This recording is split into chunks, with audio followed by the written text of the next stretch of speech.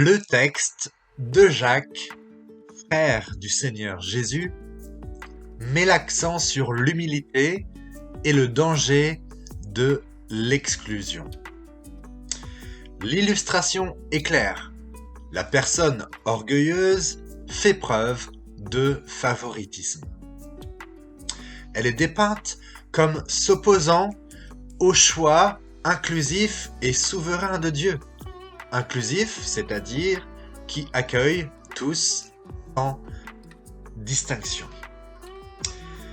Faire preuve de favoritisme revient donc à s'opposer à la vocation humaine de représenter Dieu sur la terre.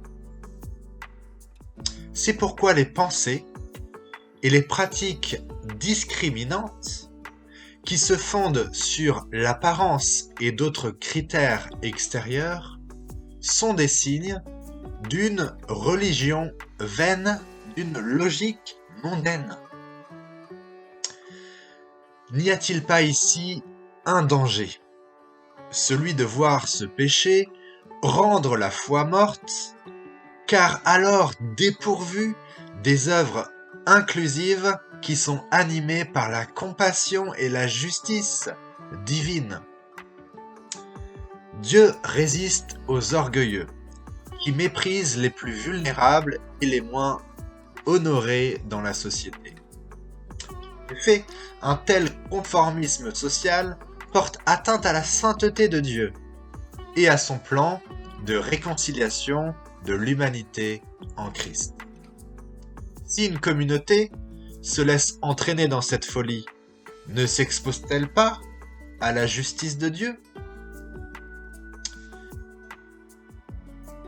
Quelle place à notre table ?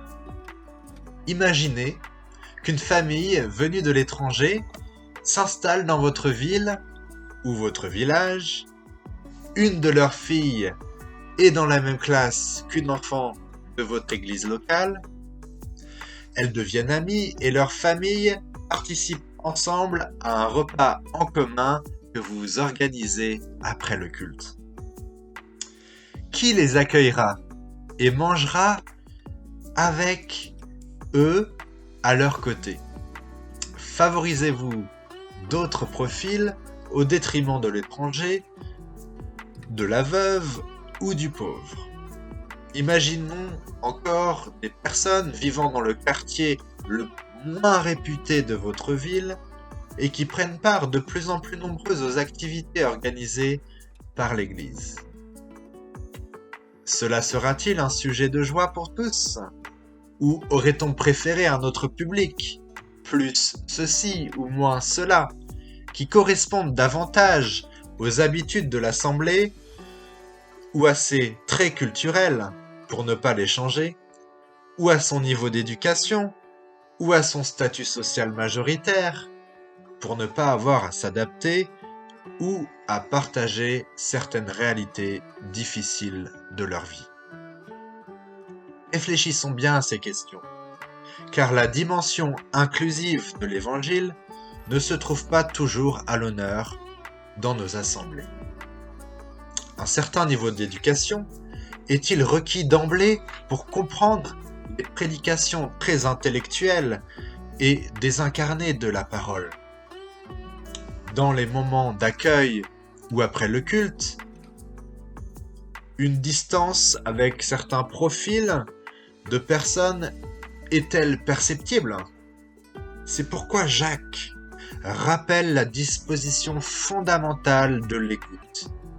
Cessons d'avoir le cœur partagé, afin que nous puissions partager l'amour de Christ en actes et en vérité.